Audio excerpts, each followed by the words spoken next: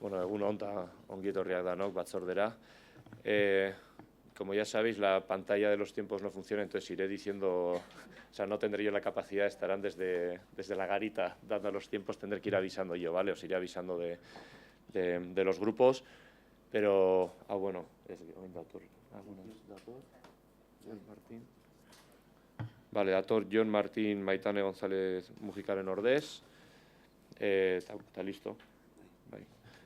Básico, gara lehenengo puntuarekin, que es la aprobación de las actas, la 2407 y 2408.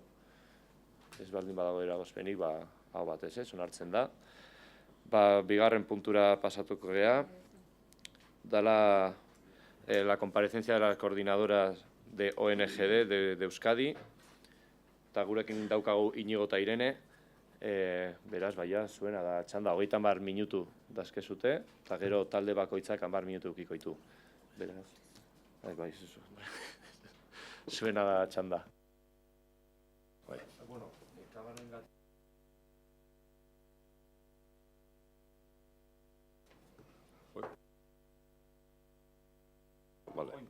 Oin bai.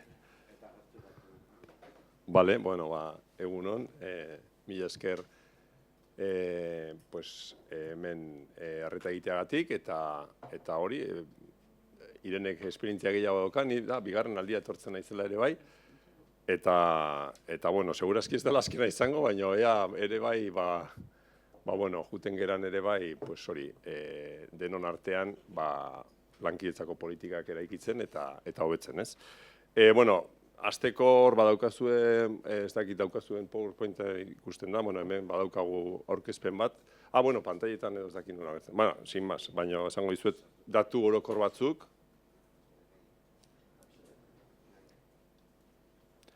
Bueno, datu orokor batzuk koordinakundekoak, badakizue gure garapenerako erakunden koordinakundea, 1988an sortu zen, gaur egun 88 kide gara, erkidegoan 135 egoitza ditugu, horietatik 51 Gipuzkoan daude, baina mundu osoan zehar 189 bulego edo egoitza ditugu zabalduta. Gure oinarri soziala, hau da, bolondresak, baskideak, kolaboratzaileak, langileak, 117.000 eta piku pertsonez osatuta dago.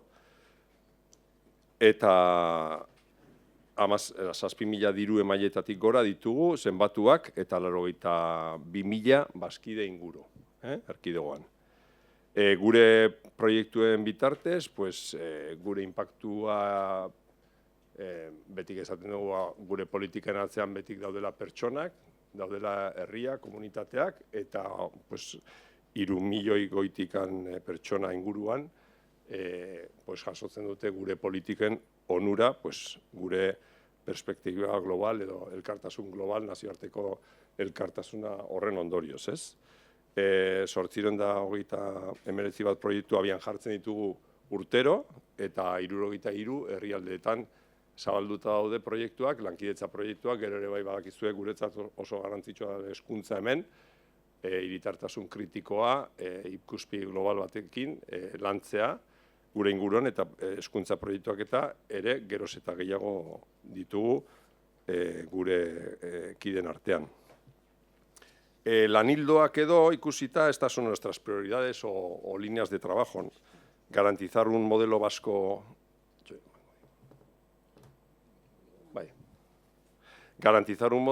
de cooperación de calidad, eta hori administrazio guztien elkarlan eta esfortzuarekin, gizarte zibil antolatuarekin uztartuz lortzen da. Promover, comentaba, esaten duen moduan, una sociedad crítica y solidaria, reforzando para ello el papel de las ONGs de desarrollo y de la sociedad civil organizada. Creemos que en los modelos europeos que trabajan por un modelo de democracia inclusiva y participativa, y que la coordinadora también participa de ese tipo de modelo de participación, de gobernanza participativa. Gipuzkoak ere horretan aintzindari izan nahi badu, beti ere parte hartzailea bere helburu bilakatu duen nazioarteko lankidetzaren sektora dugu eredu. Beste lanildo bat, bada kolaborazioa eta subilanak egitea, kasu honetan, Gipuzkoako Foru Aldundiarekin, ez? Para que la acción de gobierno sea coherente con los principios que defendemos desde este espacio de referencialidad y solidaridad vasco. Hau koherentzia litzateke, garapen jasangarrien helburuak, hauekin, koherenteak izan, Foru Aldundiko plan estrategikoan ere uztartzen dira, helburu hauek, eta horren bestetan Aldundiko plangintzak aipatzen duen 2030 agendarekin koherenteak izan. Gipuzkoako plangintza estrategikoan deskribatzen den lurraldeko erronkekin bagatoz, pertsona zaurgarriei arreta, migratzaileen gizarte inklusioa, klima aldaketa, aspaldi dugu gure diskurtsoan barneratuta, munduko interkonexioen garrantzien erreparatzea eta lurraldeko erronkak ezin direla jorratu nazioarteko ikuspegi zabalarekin ez bada. Guretzat sigue vigente ese lema, Lelori piensa globalmente y actúa localmente, y para ello siempre hemos aportado de forma decidida a la construcción de lo que también aparece en el plan estratégico de la Diputación, el segundo pilar, ¿no? Una comunidad democrática, responsable, sostenible y viva.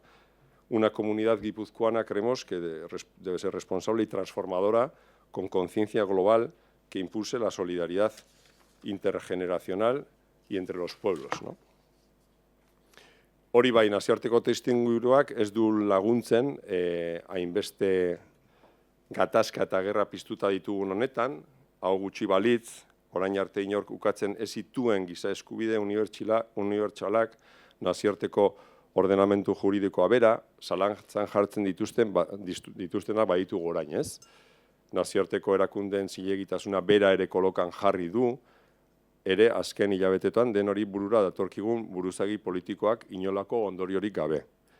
Gainentzekoen begirada isilarekin alegia, gure gobernuz kanpoko erakunden koordinakondea irudia zikindu nahi izan dutenak ere, ibili dira buru belarri sare sozialetan bereziki indartxo azken egunotan. Guk gurera, urte honitz daramatzagu inor iristen ez den munduko txokoetara joaten, pertsona guztien duintasuna bermatzearren, ez? Eta duintasun horren bila ezinbestekoa zaigu desberdintasun erraldoiak eta bazterkeria eragiten duten politikak salatzea eta giza eskubideen defentsa sutsuaren diskurtsoa berreskuratzea aho batez.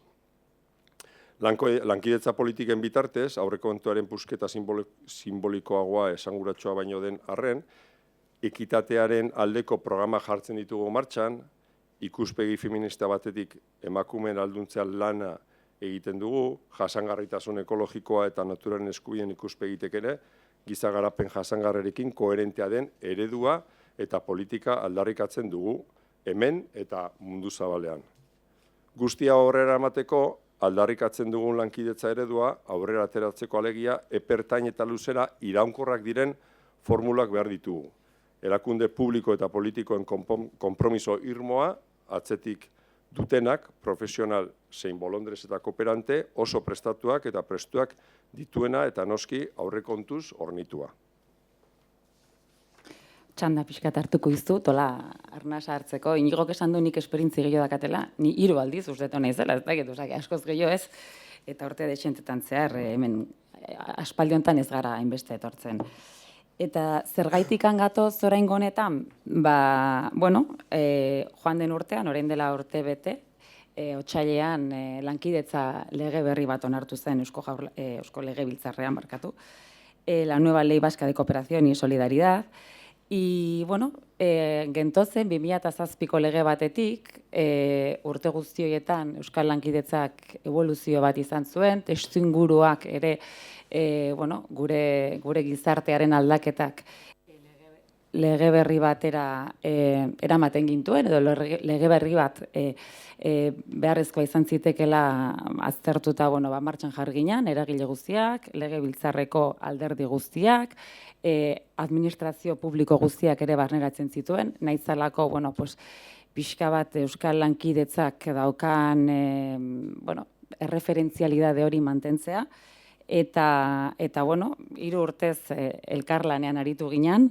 dexente eztabaidatu genuen, baina azkenean lehen urtean onartu egin zen, otsailean eta erronka politak aurreikusten zituen lege horrek, ez?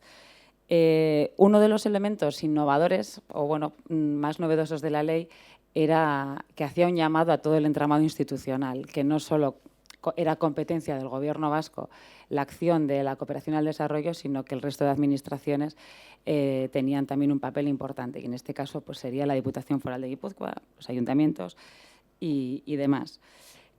Incorporaba un elemento también de compromiso presupuestario del que hablaremos más adelante, y hacía bueno, pues una lectura importante de los cambios de contexto y la interrelacionalidad, la interrelación de las problemáticas del mundo, ¿no? Y para eso pues, es fundamental el elemento de la coherencia de políticas. Tenemos además una Agenda 2030 que para nosotras siempre ha sido pues, el gran instrumento para abordar la necesaria coherencia de políticas. No tendría sentido que hagamos todos esos proyectos que ha estado hablando Íñigo y que ha estado citando Íñigo si el resto de políticas que se hacen desde la Administración no van en una línea consonante con eso. Entonces, bueno, pues sabiendo que el presupuesto que se destina a cooperación, además de insuficiente, aunque cumpliera los objetivos de Naciones Unidas o los compromisos de la ley, de los que hablaremos ahora, sería insuficiente para poder hacer frente a todas estas guerras y todos esos conflictos encendidos. Pero sí podríamos hacer algo si tuviéramos una acción de gobierno que fuera encaminada a que, bueno, pues que, como decimos, desarrollo coherente con el desarrollo humano sostenible, ¿no? Que tuviéramos un modelo de acción política que fuera coherente con esos principios. Pixka bat testuinguru bat hitz egiteko eta legeaz hitz egiteko eta legeak behartzen gaituen hortaraz hitz egiteko. Esan bezala, legearen 16. artikuluak finantziazioaren inguruko proposamen oso interesgarria egiten du. 2007an geneukan legeak egiten zuen 0,7arekiko deia, baina, bueno, deklarazio moduan azaltzen zen. Hemen artikuladuaren barruan dago. Horrek beste zea batera ematen dio, eta gainera esaten du administrazio guztiek, euskal administrazio guztiek gehitu beharko luketela 0,7 horretan. No estamos cerca de esos compromisos. Podríamos decir además que el compromiso primero que se designa en ese artículo 16 es sobre el Producto Nacional Bruto. Aquí hacemos un cálculo porque, bueno, pues porque la comunidad autónoma tiene que hacer un cálculo aproximado y estamos a la cola de Europa, estamos por detrás del Estado español. Estamos en el 0,15. Cuando aquí venimos a reivindicar presupuestos, lo hacemos siempre sobre el presupuesto consolidado o sobre el presupuesto de gestión. Casi que estando en los datos en los que estamos, eso es un elemento que a veces pues, genera unos matices que nos preocupan lo justo, ¿no? Que son importantes, pues nos preocupan lo justo. Pero sí es importante decir que estos datos son fruto de un compromiso político. Con un compromiso político firme se pueden conseguir datos como esos países con los que nos gusta compararnos constantemente, ¿no? Cuando hablamos de que Guipúzcoa es un territorio innovador, es un territorio puntero, un territorio donde las políticas sociales son ejemplares, pues siempre miramos al norte de Europa, miramos a Noruega, que está en un... Estos datos están casi actualizados, pero son los datos que estaban vigentes hasta hace unos días porque acaba de sacar hoy o ayer la OCDE los datos nuevos.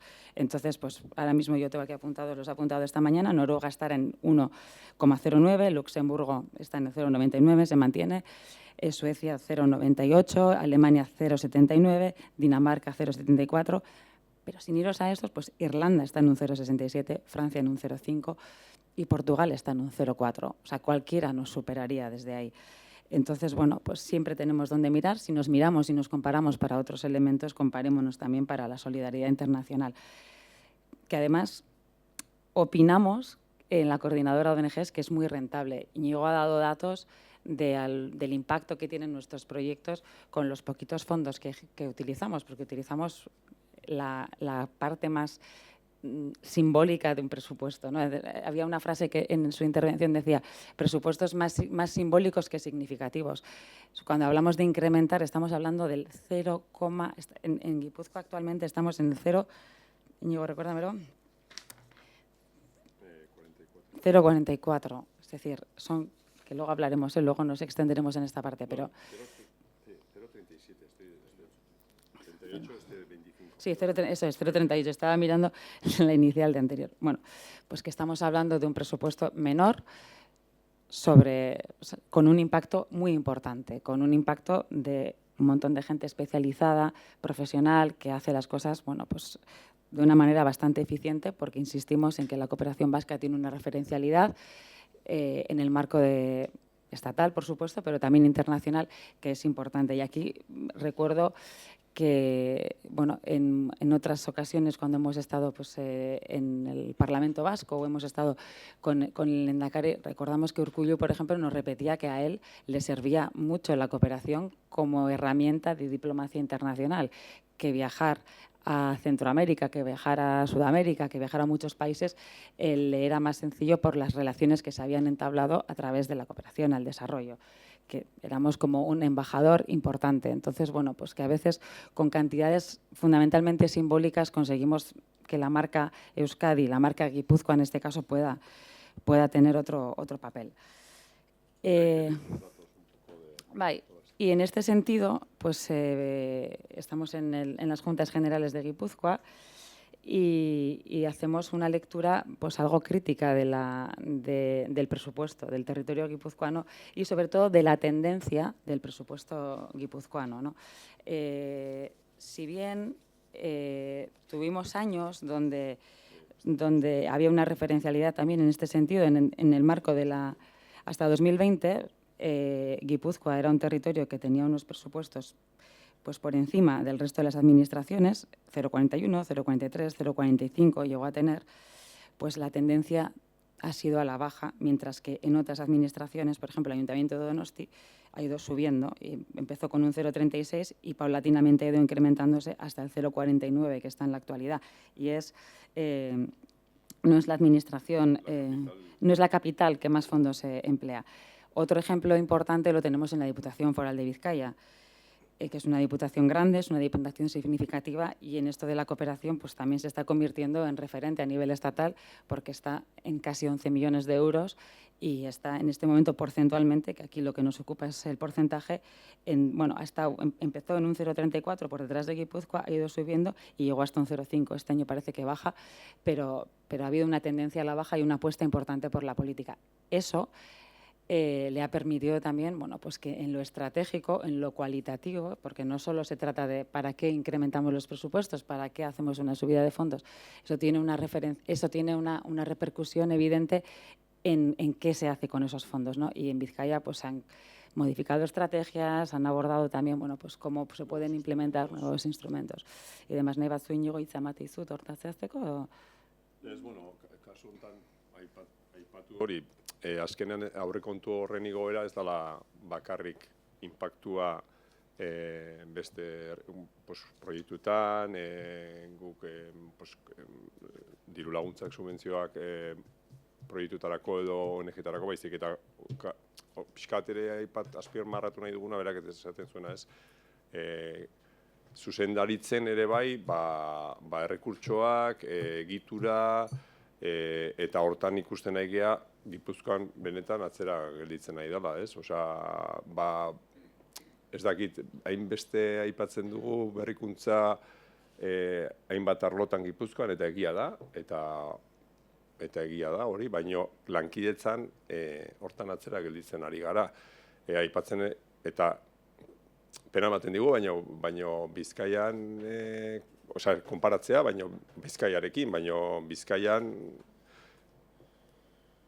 aurten aurreko instrumentu berriak izango dira adibidez, ez? Instrumentu berriak izateko, aurrekontu handiagoa behar duzu, baina behar duzuna da zuzendaritza potenteago bat. Instrumentu berri horiekin adibidez egin nahi da, gobernuz kanpoko erakundekin lan bateratuago bat egin, koordinatuago bat, zuzendaritza horren estrukturarekin edo pertsonekin edo teknikariekin batera lan egiteko, jarraipenak hobeto egiteko, inpaktua hobetzeko, kalitatea eta ebaluazioak eta egiteko. Orduan, alde horretatik Gipuzkoa benetan atzera gelditzen nahi da. Orduan, gaina justo lege berri onartu ondoren, ikusten egia bilakera hori, baina lege hori berri aprobatu ondoren, justu ikusten egia aurrekontuen estankazioa edo jetxiera ikusten egia zuzendaritza.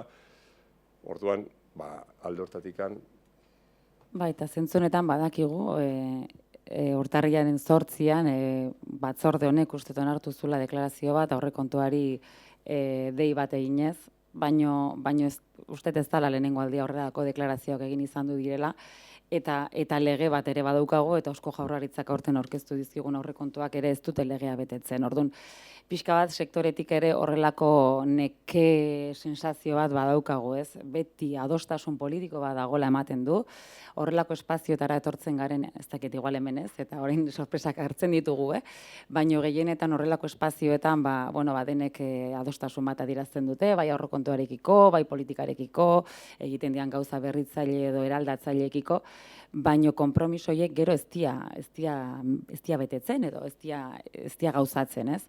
Eta horrekin gure jarrera pixka nekeza da, zentzu horretan gure prestutasuna erabatekoa da, gobernuz kanpoko erakundeen koordinakundea beak adierazi duen bezala elkarlanerako eta lankidetzaren ezagutzaz azkenen jende asko daukagu, erakunde asko daude, bakoitza hildo estrategiko batean espezializatua dago eta horrek ematen digun gaitasun teknikoa handia da. Eta, gure prestatasuna erabatekoa da, dakigulako askotan administrazioek ez daukatela personal nahiko horikan, eta, elkarlan hori sustatzeko, baino batzutan ere, nekeza da ikustea, hainbeste esfortzu, hainbeste prozesuetan parte hartzen dugula, 3 urtez lanean, iardun genuen lege horretan, azkenean gauzatzen da, gero horrekontua aurrera atea behar da, eta ez da betetzen. Plan zuzentzaileak onartzen dira, eta gero plan zuzentzaile horretan ateratzen zaizkigun idei politiak ez dira gauzatzen. Orduan, guk horrelako espazioetara tortzen garenean, legebiltzarkide, batzarkidei eskatzen zaizue, zuen lanetako bat bada administrazioaren politiken jarraipena eta kontrola, ez? Pixka bat, kezkaz, diru gutxi edo gehiegi eztan diruarekin gauza oso politiak egin zitezkela eta atzean ari garela pixka gelditzen. Gipuzkoan bere ezaugarriak dauzka ere bai lankidetza munduan. Gipuzkoa hay organizaciones también que tienen una mirada diferente o tienen un origen diferente a otros territorios y Gipuzkoa es un territorio, siempre decimos, hiritartasuna, gizarte zibilen mugimenduak, elkartasun mugimenduak potenteak direla, emprendimentuak eta orduan gure sector, en nuestro sector, pues hay organizaciones que se dedican, por ejemplo, a la cooperación lingüística, ¿no? Con las lenguas minorizadas, Garabide, conocéis, o otras que Mondokide que tienen relación con el entramado de las cooperativas. O sea, que hay una serie de elementos significativos o característicos de Guipúzcoa, pero que vemos que desde la política poco a poco pues está generando en las organizaciones guipuzcoanas pues eso, un cansancio, una frustración y tiene que ver con los presupuestos, pero no solo con los presupuestos, sino con realmente dotarle a esa política de una mayor seriedad, de una mayor infraestructura, de mayores recursos, que tenga un sitio, pues una visibilidad mayor. Entonces, está claro que el otro día cuando habéis hablado aquí de cooperación y habéis llegado a ese acuerdo, es importante, guretzat garrantzitsua da. Osea, azkenean lankidetzari buruz hitz egin duzue, hori guretzat garrantzitsua da, akordio horretara iritsi zeate, baino leno era aurrekoan ere horrela izan zen, ez? Eta uste bi alderdi edo abstenitu egin zaretela, pixka handik uste horregatik igual, ez? Azkenean, hemen erresa da horren alde bozkatzea, baina gero ikusi behar da, benetan, zeintzu dira konpromisoak. Orduan, alde hortatik ere bai, nola zuen funtzioa ere bai da, pixka politikoien jarraipena egitea, eta akuilu, ez, lanak eta egitea hori, pentsatzen dugun, ez da posible adibidez, ez bakarrik akordio hortara iristea, gero ez dakit, hor nik galtzen naiz, baina ogasunari begira adibidez, ogasunekoekin hitz egin esan, mira, hemen badaude lege badago, akordio badago, irizpide batzuk daude, horiek nola eraman ditzazkegu aurrekontuak proposamen aurrekontua egiten denean, eta hor landu daiteke, pixka bat horiek dira gure kezkak edo gure demandak ere bai, ez? Bai, eta isteko ez ditugu 30 minuta konsumituko, lasai. Gure erakundetan gaitasuna badagoela, osea berez diru laguntza deialdietara aurkezten diran proiektu horietan oso nota altuarekin pasatzen dute. Asko, kalidade handiko proiektu asko kanpon gelditzen dira, funtsa nahikorik ez dagoelako, hau da. Gure erakundeek gaitasuna badute, askoz diru gehiago kudeatzeko eta askoz gauza eraldatzailegoak egiteko. Osea, hor legoke arazorik pentsatze bazen egitela, baina bazpare iruditzen zait importantea hori adieraztea. Arazoa beste badala, ez? Hezkuntzan aurten proiektu asko, bai, proiektuak asko gelditu dira, ez? Kanpoan eta hezkuntzan benetan proiektu onak, osea, horrek eskatzen gaitu ere bai, eta hortan ere lantzen nahi geha zuzendaritzarekin, beste gure proposamena dauzkagu, instrumento mailan igual, hezkuntzari igual aurrekontu gehiago edo emateko, baina, klaro, ez badira ere aurrekontuak igotzen, beti aldaketa horiek egitea eta kostatzen zaigu. Eskerrik asko bioi, eta dakizuten ez talde bakoitzak 10 minutu izango ditu, eta gero bukaeran beste 20 eukiko izute. Beraz, elkarrekin taldetik, Etxebeste Andrea, zurea da hitza, 10 minutu askazu. Eskerrik asko mahaiburu jauna, eta lehenik eta eskerrik asko Inigo eta Irene gurekin egotagatik eta aurkezpena egiteagatik. Eta batez ere, baita ere pozik entzuteaz hemen izan genuen eztabaida jarraitu zenutela, da bintzat ikusi dutuztela, eta nola bozkatu genuen bakoitzak, eta zenolako argudioak, ez? Hemen eman ziren duela aste pare bat, ez? Ganbera honetan, gai honekin lotuta hain zuzen ere. Eta, bai, baina duela hilabete bat, hain zuzen ere, gauza bera, bozkatu zen hemen bertan aurrekontu bat, zeinak, ez zuen betetzen helburu hori bera, ez? 0,7 hurbiltzea. Baizik eta urrun gehatzen zen, orduan, horregatik guk, Elkarrekin Podemosetik oso argi, kritikoak izan geha denbora guztian, oso argi dugun lokanako, denok alderdi guztiek erakusten dugulako beti diskurtsotan prestutasuna, zuek esan duzten moduan garapenean, lankitetzan, aurrekontuak igotzeko, solidarioagoak izateko, baina gero errealitatea da dena eta azken taula horrek oso argi erakusten du, ez, nola gauden, eta aurrekontuan askoz ere gehiago egin genezakela, ez, lankitetzara, garapenerako lankitetzari lotuta, mundu honetan zaurgarrien daudenei laguntzeko proiektuak babesteko, eta hor, espero dugu urrengo urtean onartu beharko den aurrekontuan, ze oraingoan ez da horrela izan, aurrekontuan gora ingo dugula, kooperazioan, ez? Bai aipatu ere bai, urtean zehar, esan duzute, proiektu batzuk kanpoan gatzen direla funtsa nahikorik ez dagolako. Diputazioa ez da udaletxeak bezala, baizik eta bere kabuz baita ere kredituak mugitu ditzake, eta momentu batean nahi izan ezkero, hemen gogoratu behar da, denok ez dakitelako, baina batzuk bai, diputatuen kontseiluak nahi izango balu, kreditu batetik kreditua handitu lezake, edozein momentutan partidak mugituz. Eta 0,8 hori handitu beste partida batzuetatik dirua mugituz urtean zehar. Beraz, ez dago dena bukatuta, 2025 begira, gauzak egin daitezke, eta diru partidak handitu daitezke baita ere urtean zehar. Hemen gogoratzeko. Baita ere, ez daki jarraitzen ari diren diputazioetik, baina hemen deia ingo dugu behintzat Elkarrekin Podemosetik, aztertu dezaten, onartu duten aurrekontua, ea agian partida hori handitu dezaketen baloratzeko. Eta bai, galdera bat,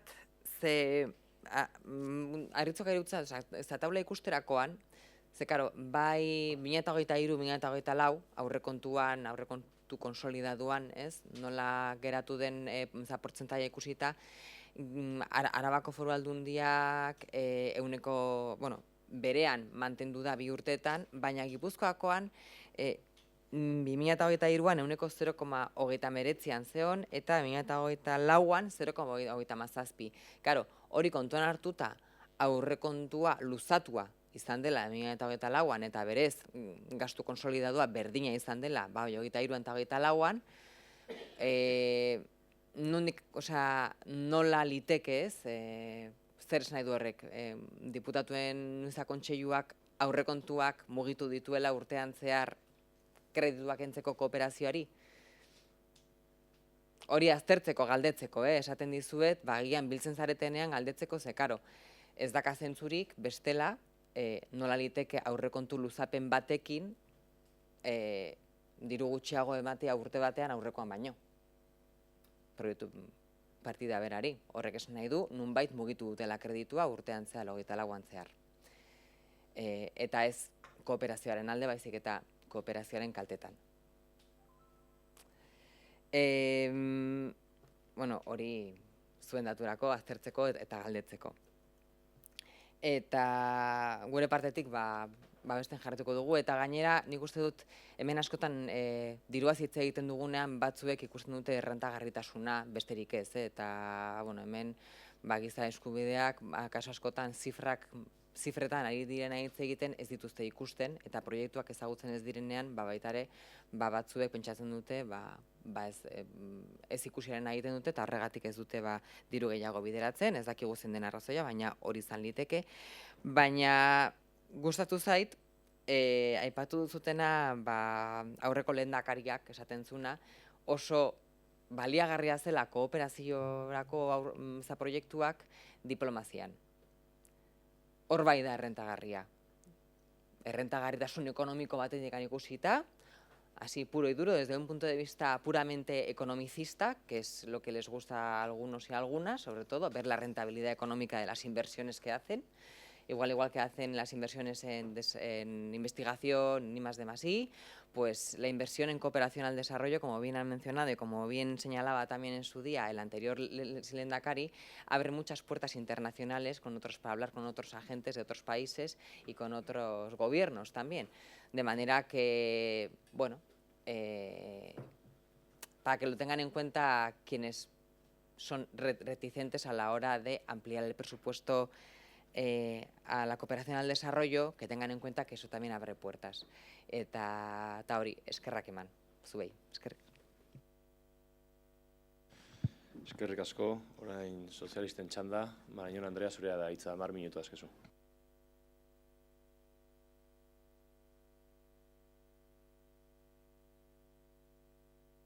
Irene, otra vez más.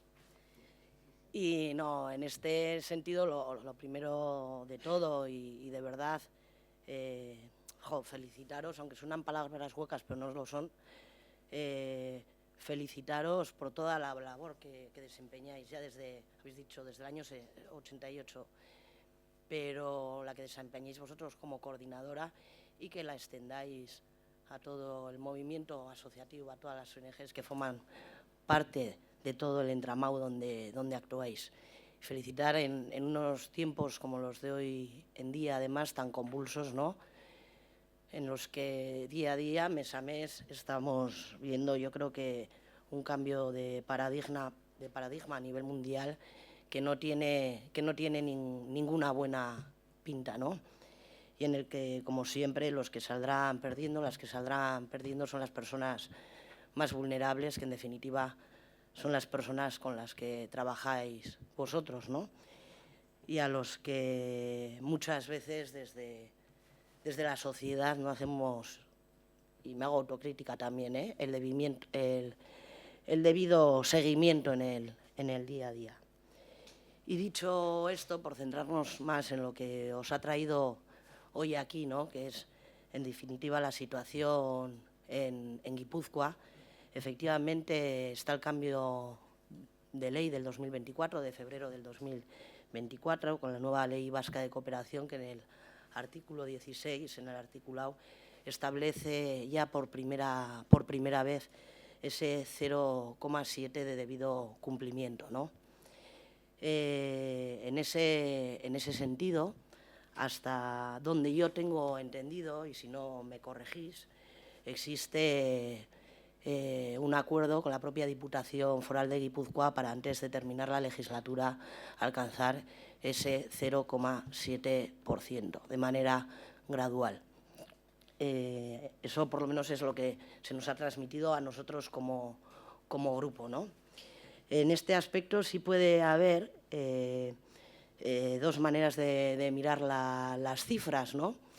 En este sentido, se ha aprobado ahora un presupuesto hace escasos días por valor de 5.519.000 euros, que supone el 0,51%, con un incremento del 7,12% respecto al año anterior.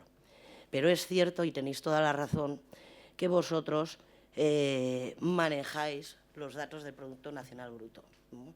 Y tal vez ahí venga la discrepancia, que no lo sé, pero me lo señaléis.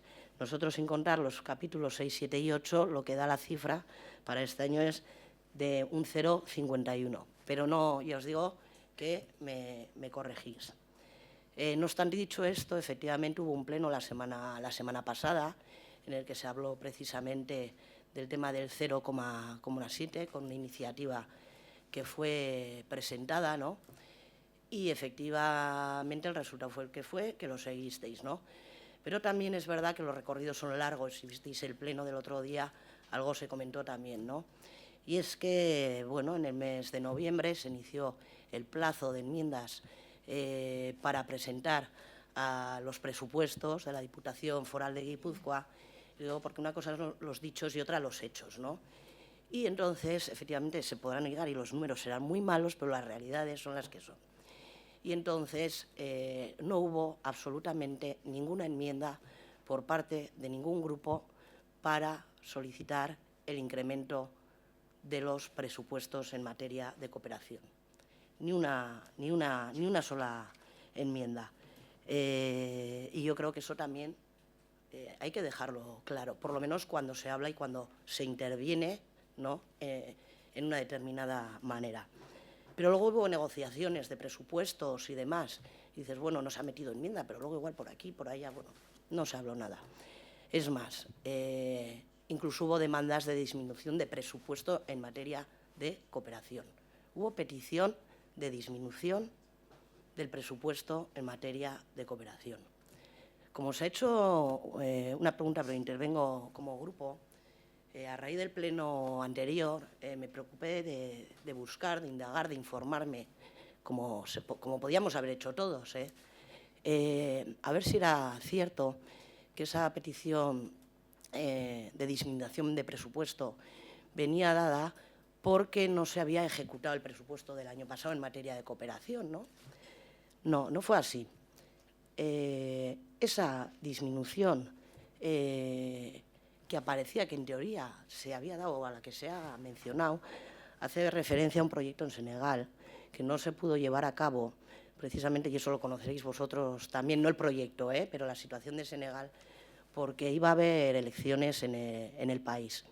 Y a este respecto, el Gobierno de Senegal no daba los permisos necesarios para poder iniciar el desarrollo del proyecto.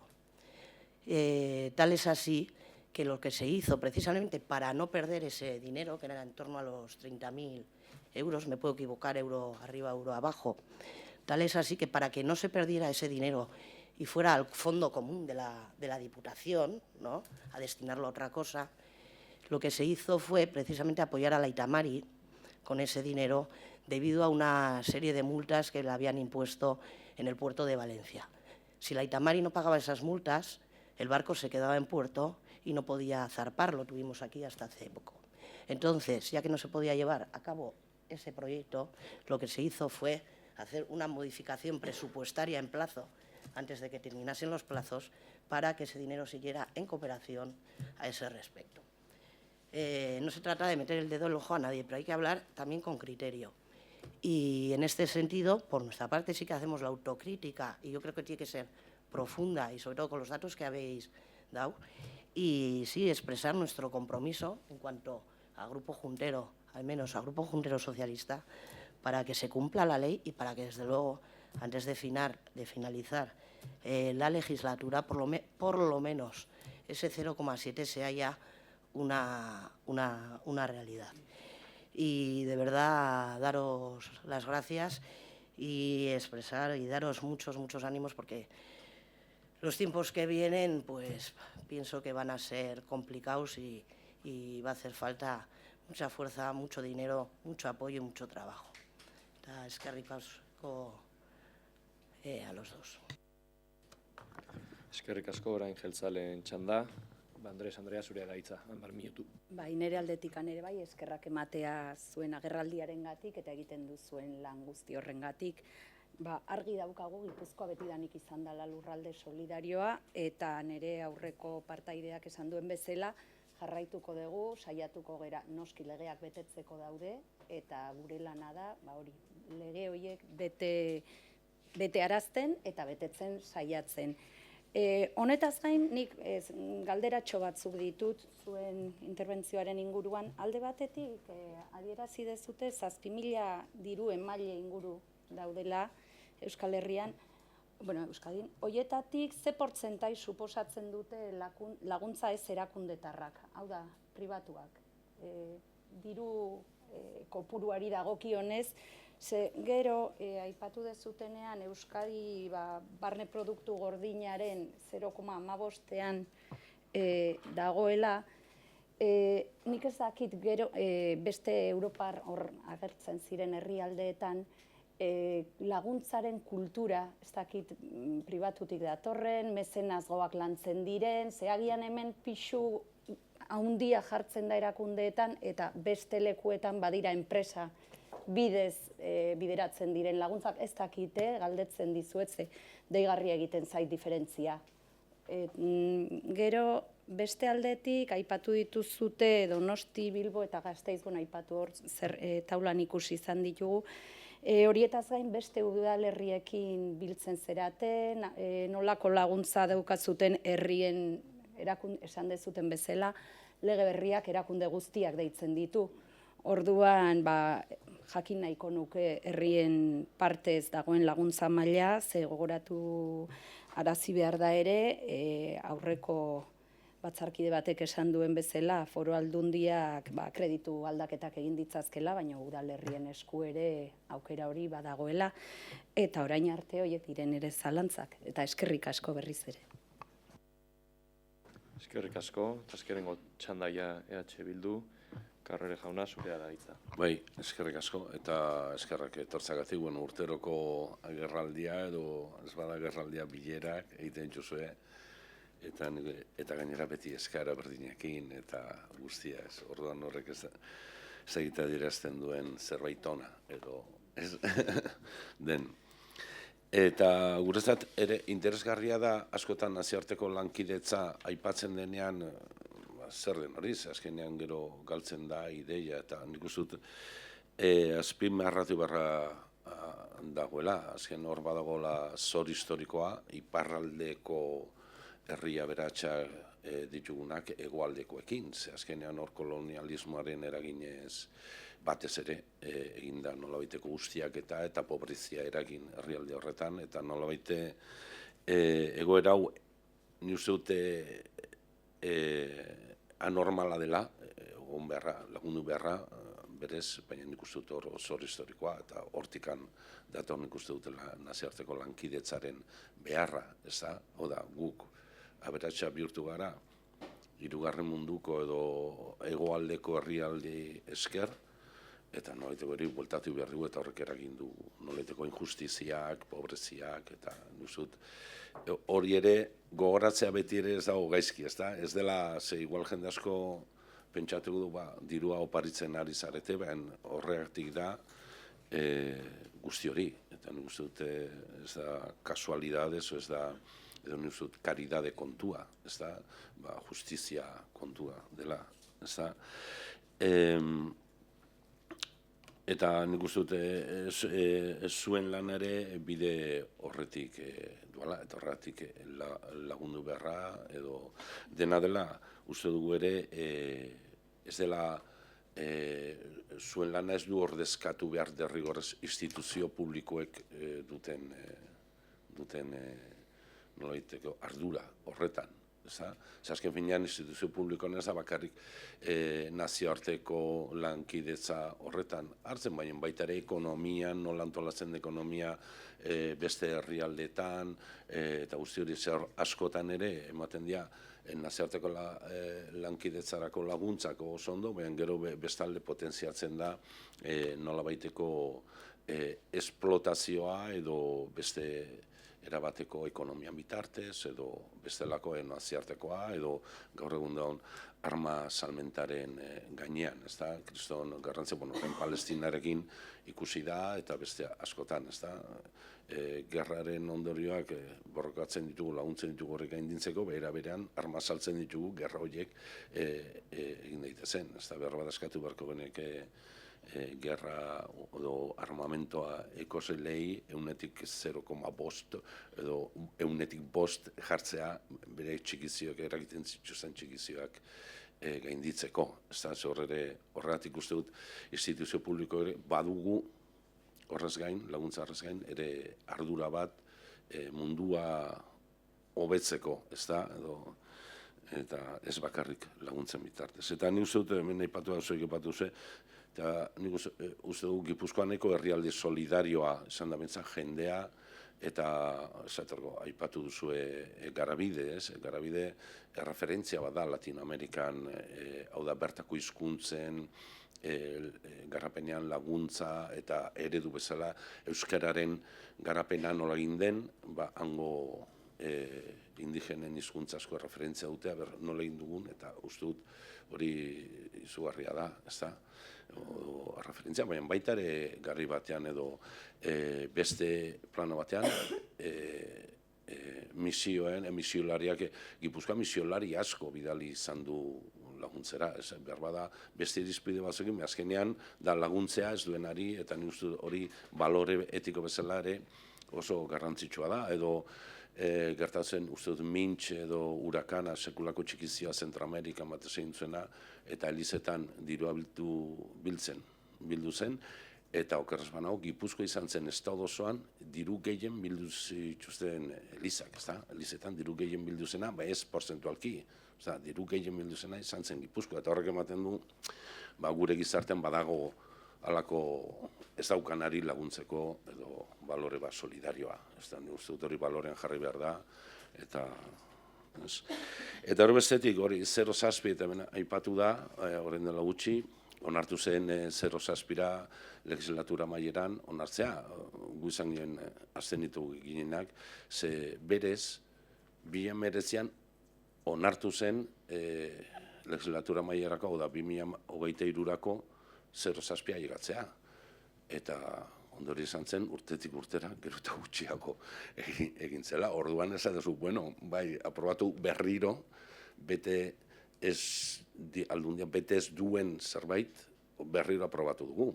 Eta gaina, zea punto bat egin, aurrekontuaren arabera, disposizioan arabera. Gure jartzen du, orduan, zaiduzu, halako punto bat, ez? Orduan, horregatik zalantzak, ez?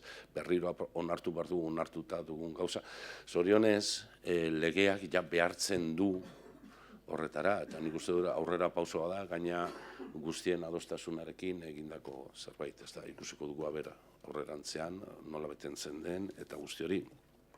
Eta, bai, eta gero beste puntu bat 2019an gu planteatuko genuen, zuek ere askotan aipatzen duzue naziarteko lankidetza horretan aritzen diren gobernuz kanpoko erakundentzat izan behar du, eta ez bere helburua ez den beste proiektuentzat, beste ONG-entzat, askotan hor sartzen dira edo beste taldeak, beste helku batetik igual laguntzak ematea, ez nazioarteko lankidetza, ez da hori bereizketa hori nuzut oso garrantzitsua da, ze askotan ez da egiten, ez da. Eta, eta galdera batzuk nahiz gehiago horregatuko, horregatik, honekin zer ikusia daukana, zer berizten zaituzte zuek, gobernuzkan poko erakunde bezala, beste gobernuzkan poko erakundeetatik, hau da, zuen lana, zuek helburua zer berizten du, batez ere gero hori laguntzak eta nola bideratzen diren jakiteko, eso edo jakiteko. Gero 0,7aren, gutxienengo 0,7aren garrantzia eta zergatia. Zergatik 0,7 eta ez 0,1, ez? Edo unetik 5, ez? Nik uste dut hori askotan, ze zifrak ere askotan, zen arabera kalkulatzen da, nola den, edo, ez? Eta, bai, Gipuzkoan badago, atera zen, garapenerako alako gida bat, ez da? Garapenerako lankidetza gida plana 2021-2030, ez da, uste dut, bai. Atera zen, eta, hor askotan gida asko ateratzen da, igual instituzio bakoitza, eta ez duzu uste, igual gida bateratu bat egon litzatekela, igual orain legeak laguntzen du horretarako, ze, bakoitzak aplikatzen du bere gida, eta igual kontradiktoria da beste batekin, edo udal batekin, edo gobernuarekin, edo diputazioen artekoak, eta halako orduan esan duzu, zen da irizpide orokorra, zen izan beharko luke, ez? Eta, bai, eta gero, baita ere, orain erronka berriak, hau da, dauden gerran berri opizten nahi dira, eta ze erronka berriak dituzue horrekin, ez? Bapatean, Palestinaren kasua argia dago, beste bat, Kurdistanen edo Saharan edo halako leku askotan, egoera gero eta larriagoa da, horrek behar bada zuen lanean ere eragina izango du, eta zuek aipatu zuen baliabide gehiago beharra, baita ere instituzioekin, nolaite ere ez da bakarrik nik uste dut diruarena, baizik, kontzientzia, jendartean kontzientzia piztea horrekin, ez da, hori nola ikusten duzu. Eta, eskerrik asko. Eskerrik asko. Zuena da hitza berriz ere 20 minutu azkezute. Saiatuko naiz erantzun azkar bat ematen eta denai, eta zuk... Bale.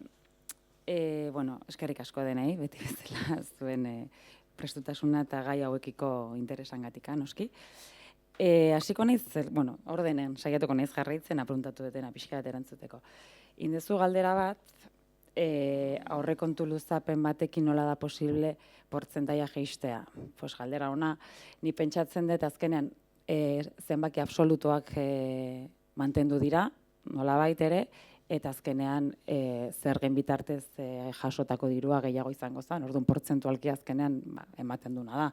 Ez dalako exekutatu, ze Arritxo Andereak ondo esan duen bezala exekutatzen da. Hori egia da, guk hemen bakarrik gauzak kritikatzekoak edo betzekoak ateratzen ditugula, baina egia da, lankidetza politiketan beti exekuzioa erabatekoa izaten dela, oso altua, 89tik gora, baina hori ere gertatzen da, besteak beste, politikaren exekuzioa gobernuz kanpoko proiektuen bitartez egiten dalako eta diru laguntzen. Orduan, azkenean, Senegal bezalako arazoetan gure egunerokotasuna da. Azkenean, testuinguruak eta gatazkak lan egiten dugun espazio guztietan daude, eta horregatik askotan ere, gaur hemen aipatu ez den, burokraziarekiko malgutasuna eskatzen dugu, ze ez da iguala hemen faktura bat lortzea edo Kongon. Orduan, batzutan horrek gure zailtasuna ditu.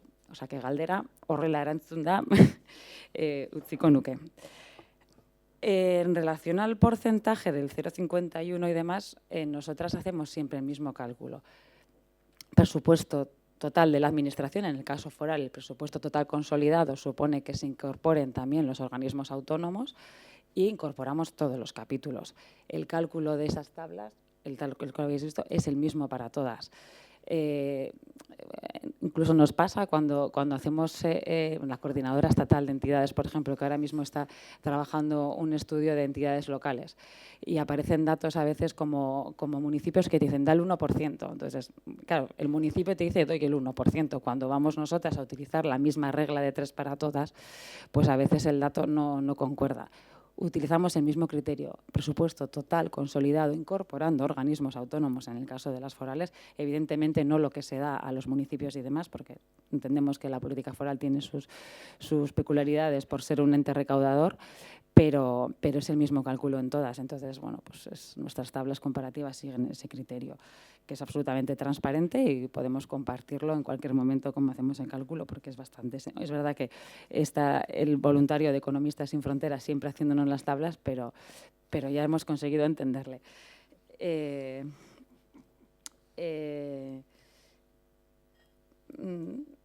Hablabas de malos tiempos, de contextos adversos, pues sí, pues evidentemente sí.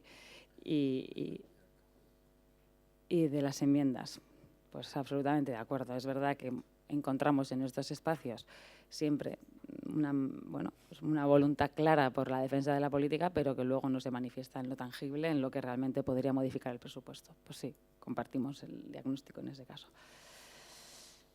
Nik pixkat azkar, zuk igual entzuten ez dituten gauzak legeak betetzeko daude, bai, hoxe baietz, hori da gure helburua. Eta egiten zen nigon galdera, diru laguntza pribatuak doaintzak, guk hasierako Inigok eman dituen datu horietan, zenbadan gure oinarri soziala, zenbat proiektu egiten ditugun, datu horiek lortzen ditugu koordinakundeak bazkide diren erakunde guztiei egiten dielako galdeketa bak. Bi urtez behin, urtero, eta hortikan lortzen ditugu. Hore bai, jartzen dugu nundikan lortzen dituzte funtsak. Eta, bueno, Euskal Lankidetzaren errealidade bada, diru publiko zornitzen dela maila oso handi batean. Adibidez, estatuko politikan ez da hori gertatzen. Hor beste gobernuzkanpoko erakunde oso handi batzu daude, bere doaintza pribatuak eta kudeatzen dituztenak. Hemengoa oso eredu publikoa da. Dauzkagun azkeneko datuak eta azkenek buruz hain naiz ez dauzketelako emendatuak, baino 75% gutxi gora bera izango litzateke publikoa, 25% pribatua. Pribatu hortan, normalean doaintza pribatuak dira, ez enpresen doaintzak baizik eta adibidez, oso adibide argi eta batzutan pixu baten doaintza ONG bateri edo horrelako gauzetan dijoazte pribatuak eta kuotatan eta horrelako gauza txikietan. Esango nuke badaude gure erakunde batzuk agian enpresekin dauzkatela, baino ez da Eusko Lankidetzaren adierazgarri bat. Esango genuke gehienen eredua dela erabat pribatua. Osea, erabat publikoa barkatu, diru laguntza publiko hornitzen dirala. Eta udalerriak, hori agian Inigok badauzkalako esperientzik zuzenak abiez Zarauzko udalarekin eta baditugu adibide batzuk. Gure gaitasuna mugatua da. Gobernuzkanpoko koordinakundea 83 erakundez hornituta dago, baina teknikari 6 terdi gaude. Euskal Autonomia Erkidegoko jarraipen guzti hori egiteko. 1000 hildo estrategiko aurrera eramateko. Orduan, iristen garen. Gu batez ere egiten dugu analitika 7 erakunde, Euskal Autonomia Erkidegoko 7 erakunde handienetan. Badaukago harremana, adibidez Zarauzko udalarekin, adibide ongisa. Osea, berez, bai portzentaietan eta bai politika gauzatzeko moduan adibide positiboa da Zarauzko udala. Hernanik ere, bere parte hartzailetza prozesuak izan ditu martxan, hortxe badauka zerbait, Getxoko udala, igual Gipuzkoatik ateatzen ari gara. Badaukagu erreferentzialidade bat daukaten udaletxen zerrendatxoa eta horiekin elkarrana saiatze gaiten, Gipuzkoan garai batian egiten gendun jarraipen zehatzagoa eta gure helburuen artean hori inkerketa bat egin zen, baino Iruneko udala ere izan da betidanik, baino ez daukago egia esan oso hausnarketa edo azterketa oso sakona. Ez da iristen. Transparentzia portala dago eta bere garaian hori egon aurretikan hemen Gipuzkoan badago koordinakundan eragin politiko talde bat eta hor aintzindari izan ginen ikerketa bat egiten udalerri guztiekin eta harremana mantentzen genuen, hori, Irun, Eibar, Zarautz eta holan, eta horta, baino, hainbeste lan hildo, estrategia eta harreman hori mantentzea, sustatzea kostatzen zaigu, elegin dugea ere egiten lankidetzako teknikariekin eta Euskal Fondoakin ere bai harremana dugu, eta, bueno, betik egon dira hor helburuak, ere lankidetza herrialdeetan, ze Gipuzkoan ikusten dugu badagoela, elkartasun solidaritate grin hori, eta bai erakundetan, eta islatzen dutena, baina bai iruditzen zaigu beti jartzen dugu eredugorria, eta ez bakarrik hemen, estatu mailan ere, hainbat programetarako eta dokumentaletan agertu da zarautzen irizpidea, eta horrek betik jartzen dugu ere bezala, ze, bueno, borondate politika baldin badago, nik uste zarautzen alderdiek orokorrean argi dutela, ez? Politika hau, eta daukate garapen kontseilu bat, garapen kontseilu daukate herrian, herriko erakundeekin, ONG-ekin, politikarekin, eta hori zarautzen. Bueno, pues... Bukatuko eta Bildukin, eta ustizu jazkeneko matizak. 0,7 zergaitik, 1970ean Nazio Batuek esan zuten oizala kantidadea, simbolikoki hori erabaki izan, eta orduztikan zifra horrekin mugitu gara. Ez da gaur egun asmatu dana, edo egia da urte asko pasa diala, eta gaur egun gobernuzkanpoko erakundeontzako, pixka zaharkitzen ari garan gobernuzkanpoko erakundeontzako oso datu eta oso zifra simboliko eta esanguratsua dela, ziurrenik gizarteak ez du ulertuko zertan 0,7, baina orduztikan datorkigu, oain legeak onartzen dute, normalen plangintza estrategikoak onartzen dute, hainbatetan aipatzen da. Hortikan dator, 1970 urtetik Nazio Batuetan hartu zalako erabakia. Aipatu duzu gida bateratu baten onurak zintzuk izan ditezke, egontzan, 3 aldundiek batera egin zuten plan zuzentzaile bat, ildo mankomun batzuekin, eta gero erakunde bakoitzaren bereizgarriak onartuta. Guretzako erakunde arteko batzorde batean koordinatzea ezinbestekoa da. Gero bakoitzak bere espezifidadeak edo bereizgarriak sakondu nahi baitu primeran, baina nolabaiteko koordinazioa ondo legoke, azkenean inpaktu handiagoa litzake, ez? Baina, bueno, hori pixka bat bakoitzaren erabakiaren arabera utziko genuke. Eta bai iruditu zait interesgarria Garabide eta aipatu dituzunen, eta zuk Iñigore hasieran zerbait esan duzu, esan dut koordinakundeak 6 teknikari terdi, 6 jornada terdi dazkala, erakunde pila bat, baina gaur egun gobernu batzorde badaka, Iñigo Litzake Gipuzkoako delegatua, Tau Fundaziokoa, koordinakundeko lehendakaria Josu Urrutia da, Mundukideko kidea, lehendakari ordea Nerea Uriarte, Garabideko kidea, hau da, gure gobernu batzordea berez exekuzioan eta erabakien egunerokotasunean aritzen den organoa, bai oso gipuzkoarra da eta oso gipuzkoar bihotza du, Gipuzkoak badulako muskulo potente hori, ez? Eta bueno, gero Medikus Mundi Bizkaia ere badago, eta bai saiatzen gara koordinakundeko gobernu batzorderi oso anitza izatea. Zeratik, aniztasuna delako gure, bueno, ezaugarria eta potentzialidade egitako bat, ez? Gustatuko litzaigukelako beti, bueno, pues, naiz eta oso jarrera politikoa izan, munduaren konponketarako horretan, etiketa politikorik ez izatea, eta hori zaintzen saiatzegea, bueno, pues, nahiko modu txukunean, eta horregatikan saiatzegea beti gure ordezkaritza hori oso anitza izan dadila. Horratikan, Euskal lankidetza, Gipuzkoar lankidetza kasu honetan, beti bereiztu izan da misioetatik, zuk ondo esan dezun bezala, eta hor Elizek izan duten papera, Tau Fundazioak asko esan lezake adibidez, oso garrantzitsua izan da. Baita internazionalismoari loturiko mugimenduetatik, hori oskasi eren bat litzake Eliza, eren bat litzake hori, eta beste erena litzake, bueno, pues, nazio batuen eta bake prozesuetan, eta bare gondian, beste elkarte edo bereizgarria, pues, Mundukide, Garabide edo horielako bereizgarria dituzten elkartetatik. Orduan, bueno, iruditzen zait, zuk egin dezun beste galdera batei lotuta, zer bereizten gaituen?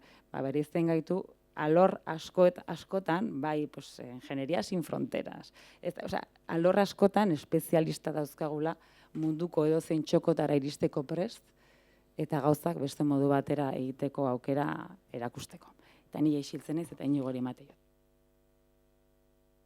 Bi gauzatxo, baino, bueno, bereizketa honetan, hombre, hori badakizue beti komentatzen dugula, gu daukagula garapen edo G edo D de desarrollo, eta horrek bereizten gaitula, baina horrek esan nahi duena da, sinesten dugula justizia, lehen esan duzun justizia horrek globalean, ez? Globalki.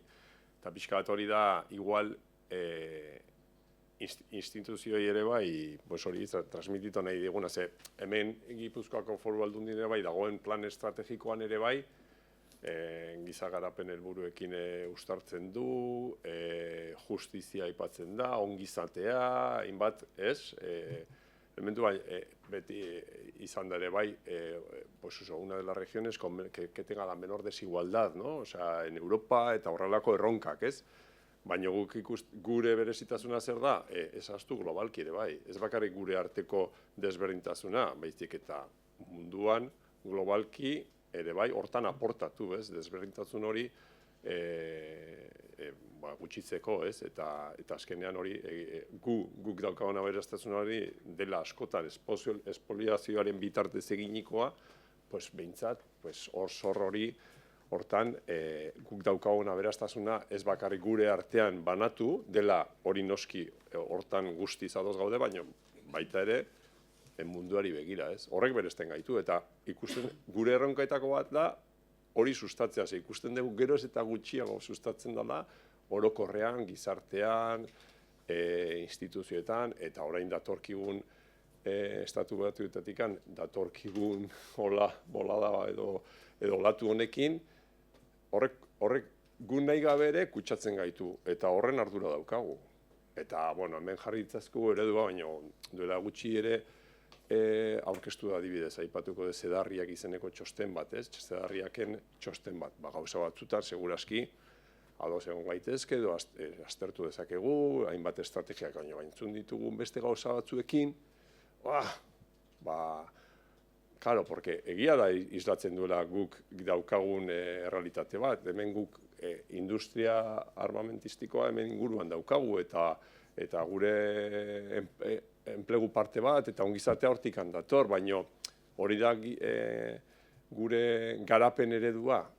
Azkenean guk ikuspegi global hori dugu, garapen eredu bat ere bai daukagu. Garapen ereduan, segurazki hemen itzengo banu, denok izango genuke matiz desberdinak garapen eredu horrekin. Orduan, zaila da, ze olatu horrek kutsatzen gaitu, eta orain, Europan ere gehiago inbertitu behar da defentsan, orduan aukera badaukagu hortan, hori, energia nuklearrarekin ere bai, berriz eztabaidan, eta hor, desde luego, guk, hasieran Irenek ere aipatu duen bezala, gu askotan ere ikusten dugu guk erala tirita bat. Baina, ere bai ikusten dugu gure egunerokotasunean nola aldatzen diren pertsona batzuen, herri batzuen, komunitate batzuen egoera. Hori ikusten dugu ere bai, eta hori horrela da. Osea, izan gaitezke sistema honetan eta guk hori ez dugu konpondu behar. Izan gaitezke tirita bat, eta politikoen koherentzia horregatik oso garrantzitsua da guretzat. Aipatu dugun politikoen koherentzia.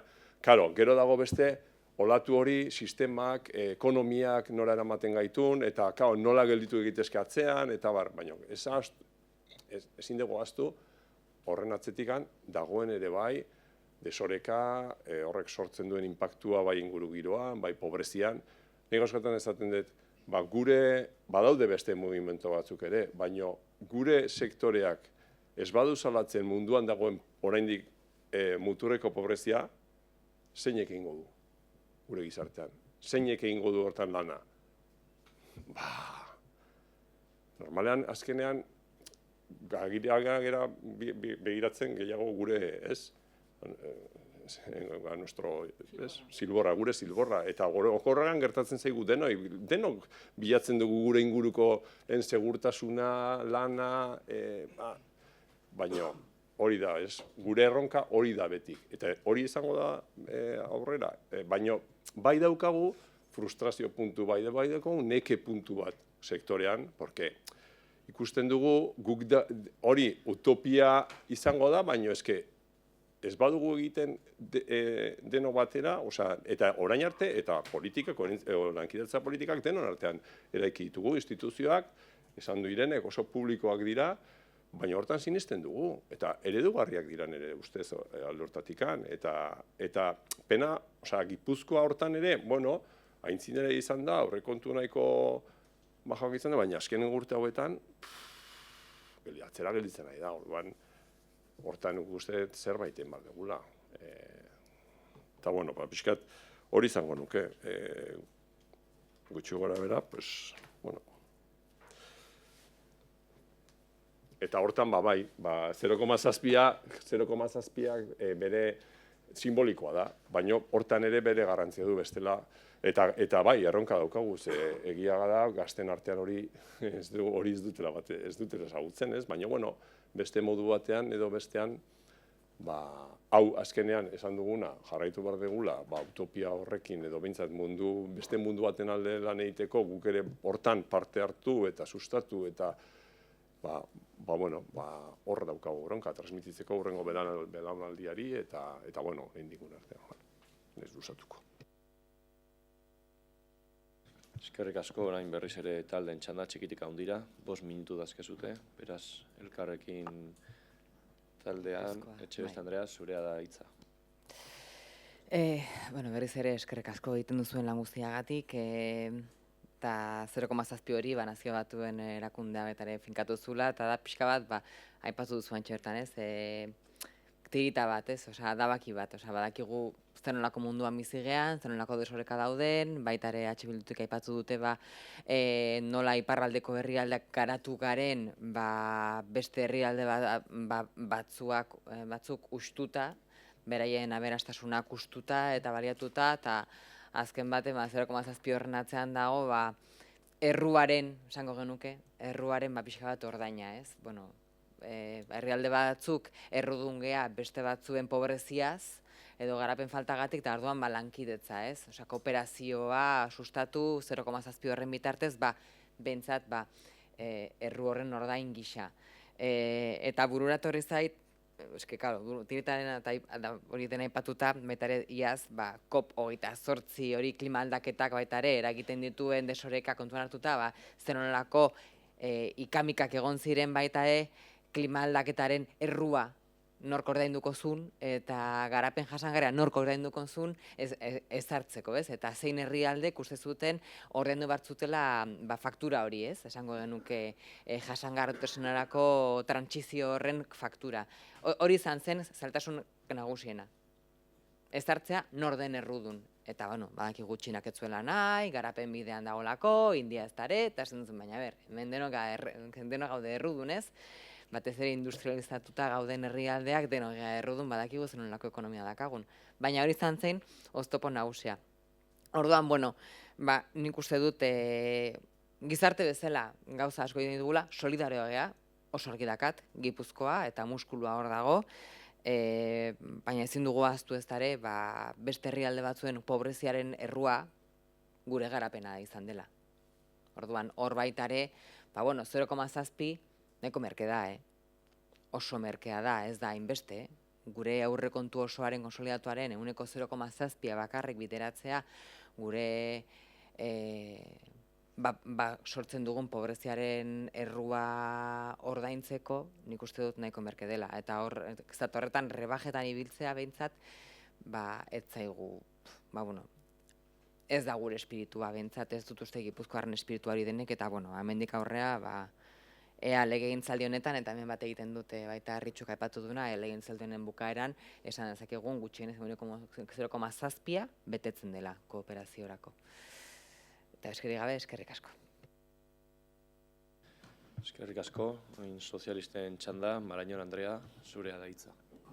Muy breve, para daros las gracias de verdad. Esperar que se cumpla ese compromiso del 0,7 tal como en principio se ha acordado. Y nada, Irene, en cuanto a las cifras, el tema no es que dudaba, que me parece exquisito como lo presentáis, es que y lo has dicho de alguna manera, cogéis todas las sociedades, organismos autónomos, todos los capítulos y efectivamente en el presupuesto nuestro, por ejemplo, hay capítulos en los que nos entra a la hora de terminar y de ahí el baile de cifras, o sea, no en cuanto a cómo se hace y tal, sino qué es lo que se examina. Y nada, de verdad, muchas gracias a las dos y mucha suerte y mucho ánimo. Eskerrik asko.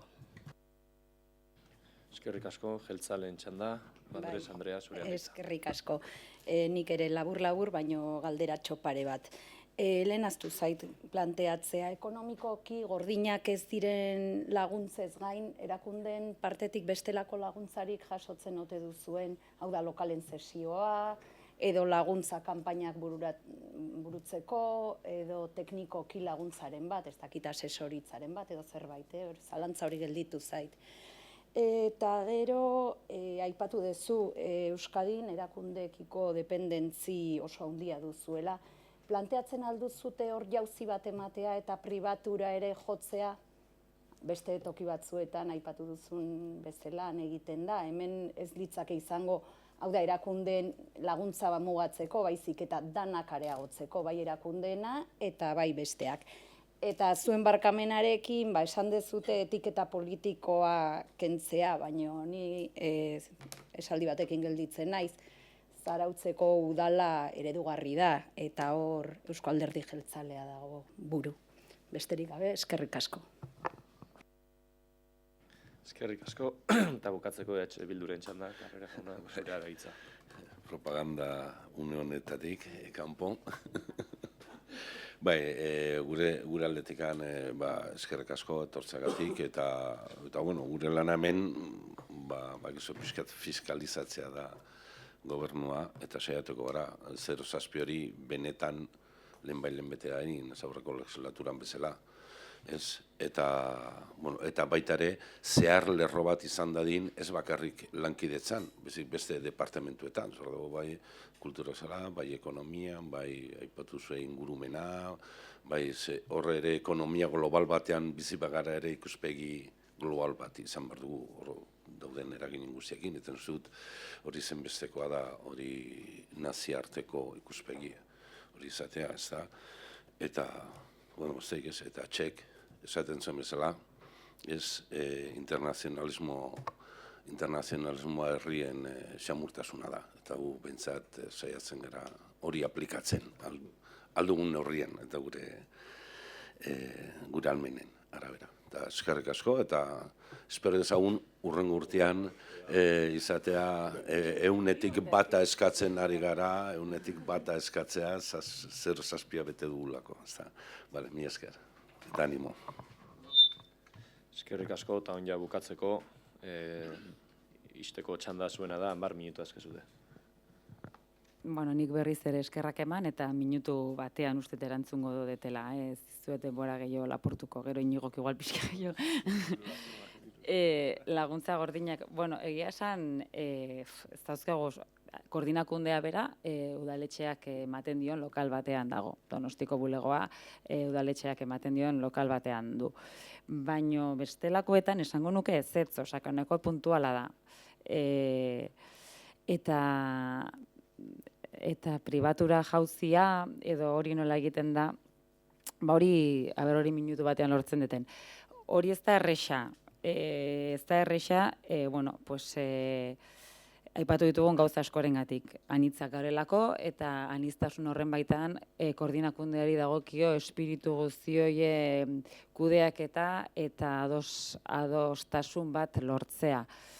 Hor ikuspegi asko daude, eta interes pribatuek batzutan, askotan, tarteka, ez dakit nola esan, ez datoz bat, guk defenditzen ditugun gauzekin, orduan, topatu badaitezke ere, ziurrenik gauza ekintzaile txiki politak, eta hor baditugu gobernuzkanpoko erakunderen batek, hemengo kooperatibaren batekin, ez zakarrik mundukide datorkidalakoa, baizik eta beste erakunderen batek egindako prozesuren bat Afrikan, eta horrelako gauza puntualak bai, beste urrats, beste jauzi bat ematea zentzu horretan, ez da erresa, debate ugari sortzen dizkigulako etxe barruan ere. Orduan, bueno, hausnarketa hor dago, badakigu hor erronka badugula, eta, bueno, baino sektore pribat, eta, bueno, agian datozen urteetan hortaz hitz egitera gatoz, zenolako hausnarketa dauzkagun interesgarria dalako, hor ikerketa batzuk ere egin izan ditugu, zenolako ondorioak dauzkaten hemendikan nazioartekotze prozesuetan dauden enpresek guk egiten dugun esparroietan, zenolako ondorioak izan dituzten, hor gauza ez da erresa, baino bai, lankidetza deszentralizatua beti izan da, batez ere ikuspegi kritikoa eta prozesuetan beste gizarte eragileekin aurrera eramateko gauza eraldatzaileak. Ez da, baina hemendikan emandan Gipuzkoatikan, Eusko Jaurlaritzatik, dia prozesu eraldatzaileak zentzu handi batean. Ez da, agian ezagutzen dugun beste lankidetza teknikoago baten erantzule. Orduan gauza horietan enpresak sartzea ez da inerresa, eta gure berizgarria hori izan da. Orduan hor, buelta asko eman beharko litzaizkioke gauza honei, eta hori, interesen kontu hori ere oso modu gordinan aztertu. Sozial eta solidario ere badago, eta horrekin igual ematen dira, ez, harreman gehiago edo kolaborazio gehiago. Ez dakit, aipatu, bueno, orain esan duzu hori zarautzen dagoela EAJ, eta, bueno, horregatik ere aipatzen dugu. Askotan ere beste instituzio batzuetan zaudetelako eta ikusten delako borondate politikoen posible dela. Orduan, bueno, hor ere argi dago bildurekin batera daukatela garbi udaletxe horretan. Osea, uste, esanet, alderdi nagusiak ere badaude beste SOE eta barrez, baino argi daukateko politika hori eta argi izan duten ikustet zarautzen alderdi guztiak. Bueno, eta zer gehiago, gero hori, urrengoan hori, biltzen geranean ez bakarrik aurrekontuen ingun, 0,7an ere bai, guk garrantzia ematen digun politikoen koherentzia horren inguruan zerbait juten gera eraikitzen. Esan behar dugu, dago lankidetza mahai bat, eta hurrengo saioa izango da honi buruz. Eta hasi gara hortan ere bai, alegintzen ari gera lantxo bat egiten, kostatzen da, baino hortan ere hasi gera lanean, eta, bueno, espero dugu hurrengorako, gauza batzuk hor lantzea, eta, bueno, ez dakit nik ez nuke holan gehiago. Gure ekidistantzia hori mantentzearren beti Gasteizko udala ere adibide izan da. Garai batean kuerdaren garaian apostoa intzulako, baino ondorengok ere nolabai mantendutelako, baino tendentzia berriz ere beraka da. Orduan, ojo!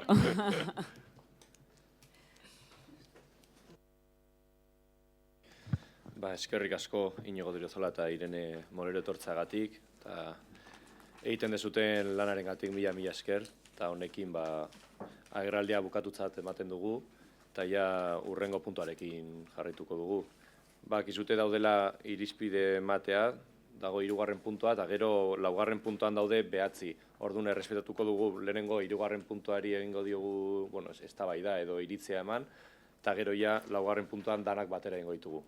Beraz, beti bezala, txikitik handira, iritzia bat, 10 minutu azkezute.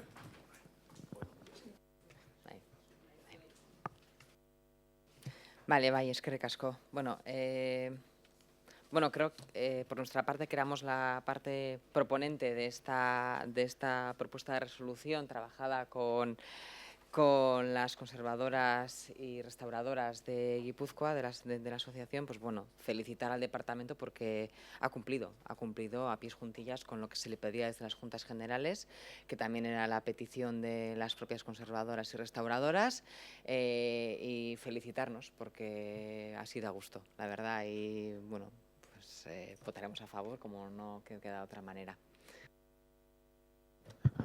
Desde el Grupo Socialista 10 minutos.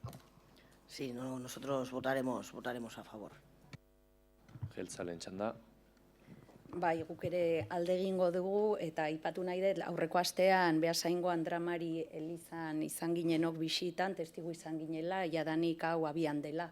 Eta bertan zaharberritzeko profesionalak nola ari diran ja, ebazpen hau betetzen ari den heinean, lanean. Eta beraiek zoriondu eta eskerrak ematea.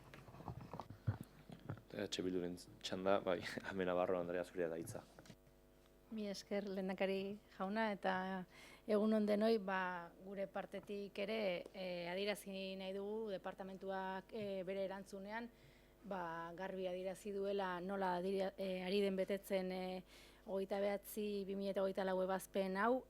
Bertan zenbait eskari egin genituen Elkarrekin Gipuzkoak proposatuta, gero erdibideko bat egin genuen eta aurrera atera zen.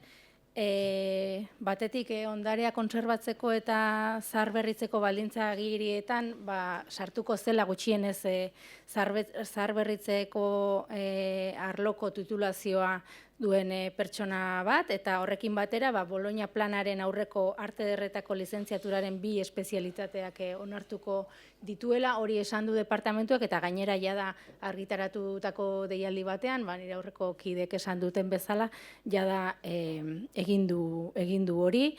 Esan duera berean irizpide berberak eskatuko dituela babestutako ondasun higiezin edo higigarri eragiten dieten eskuhartze publiko naiz pribatuetan, eta amaitzeko lankidetza bat sustaz ezala ere eskatu genuen ebazpen honetan, eta departamentuak adierazi du lankidetza hori jada abiatu duela justu gordailuaren bitartez, ondorioz guk ere aldeko botoa emango dugu.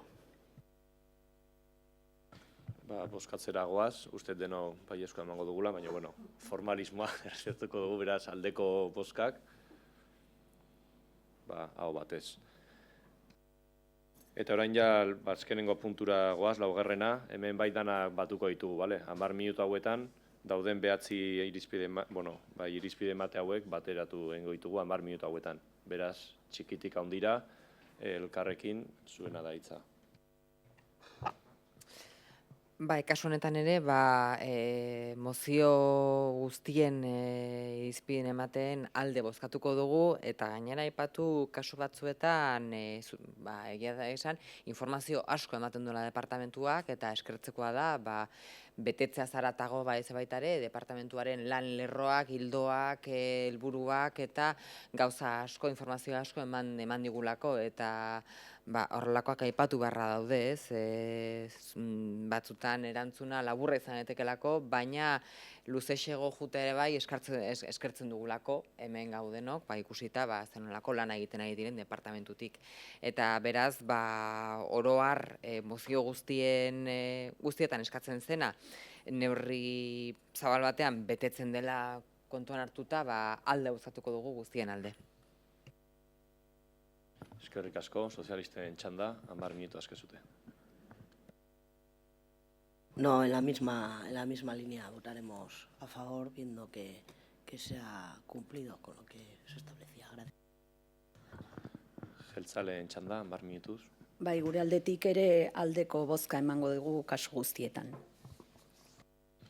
Eta bukatzeko, Bilduren txanda, Amenabarro Andrea zurea da hitza.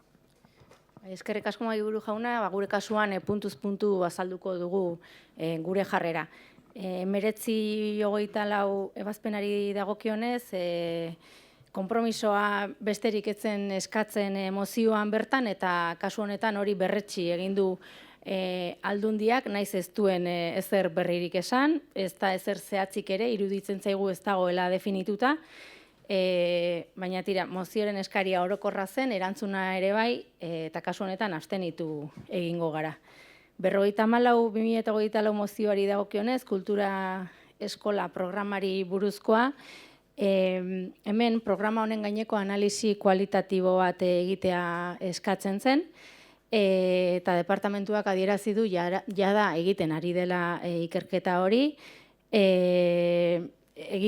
ondorioz egiten ari dena egiteko eskatu zitzaion, zentzuri handirik ez diogu ikusten egia esan, baina betetzen ari denez aldeko botoa emango dugu.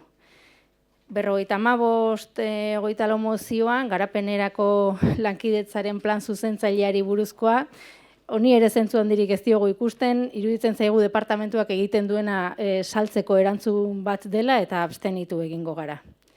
56 hogeita lau mozioari dagokionez, nerabe eta gazteentzako prestakuntza baliabideak sortzeari buruzkoa, hemen departamentuak azaldu du zer egiten ari den, baina berrikuntzarik ez du adierazi eskatu zaienarekiko, alegia baliabideak sortzeari buruz. Horregatik kontra bozkatuko dugu. Hurrengoa, 57 hogeita lau mozioa, eskola kirola programaren finantzaketari buruzkoa, kasu honetan, departamentuari eskatu zitzaion finantzaketaren gaineko azterketa bat egin zezala, eta adierazi du jada hasia duela azterketa hori. Gainera, 2 lan ildo ireki ditu horretarako, azterketa hori ahalik eta xeena izan dadin, eta horregatik aldeko botoa emango dugu. 76 hogeita lau mozioari dagokionez, Euskal Kultura Ondarearen zaintzarako, kontserbaziorako eta zabalkunderako lan publikoen 100% inbertsioa osorik bideratzeari buruzkoa, kasu honetan kontrako botoa emango dugu, izan ere esaten du kultura saila salbuetsita dagoela ondare legearen arabera, eta hori ez da horrela, salbuetsita daude ondarea zaintzeko edo berritzeko egindako lan publikoak kultura sailak egin, naiz beste departamentu batzuek egin. Eta gainera, mozio honen betetze honetan ez du zehazten ez nora doan, ez nola inbertitzen den portzentaje hori ez du inolako xetasunek ematen. Horregatik bozkatuko dugu kontra. 84 mozioari dagokionez, kirol errendimendu handiko zentro bat abian jartzeari buruz, hemen departamentuari eskatu zitzaion susta dezala halako zentro bat abian jartzea, eta kasu honetan azalpenak eman ditu anoetako instalazioetan egiten ari diren jardueraren inguruan, baina benetan eskatu zaionarekiko zehaztapenik ez du ematen, alegia kirol teknifikaziorako instalazioak sustatuko dituen edo ez, horregatik kontra bozkatuko dugu. Hurrengoa, 109/2024 mozioa, emakumeentzako kirol astapeneko programei buruzkoa, adierazi du programa pilotu bat jarri duela edo abiatu duela Irunen, eta pixkanaka lurraldeko beste herri batzuetara zabaltzea dela asmoa. Guk begionez ikusten dugu Irunen abian jarritakoa, baina uste dugu ezarritako helburua lortzeko, alegia lurraldeko argazkia edukitzeko, indar handiagoz lan egin behar litzatekeela, intentsitate handiagoz, eta aldi berean herri gehiagorekin sustatu elkarlana. Horregatik abstenitu egingo gara.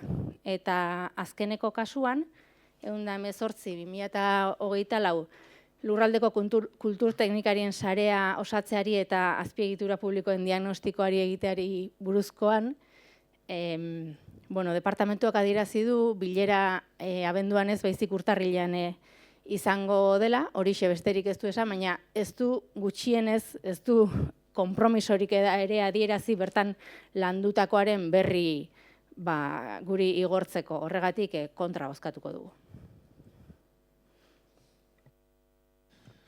Eskerrik asko, bozkatzera jongo da, banan, hori bai. Beraz, 19/24 mozioari aldeko bozkak. 6. Kontrakoak. Abstentzioak. Dauda, beste 6. Ez? Bai. Onartzen da. 7, barkatu bai. Alde 7, bai, barkatu. Ez dizut ikusi barkatu. Hurrengo puntua, la moción 54/2024, votos a favor.